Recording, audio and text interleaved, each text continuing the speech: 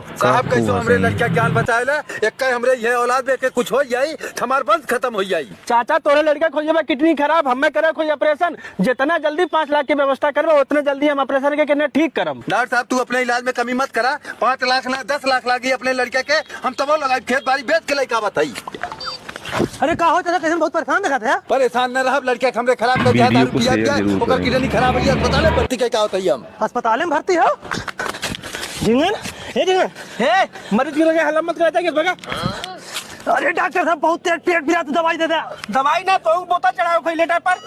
Doctor साहब हुए एक शीशी में दवाई दे रहे हुए बोतल में डाल दे जैसे हमने शरीर पहुंचे हमने आराम हो जाए तुरंत लावा हम वो चढ़ा दे थई को डॉक्टर साहब ये किडनी खराब है ये का नहीं चाचा इनका पेट पिराता था दवाई लाइन कहीं दोनों चढ़ा दे दोनों मिला ठीक हो जा।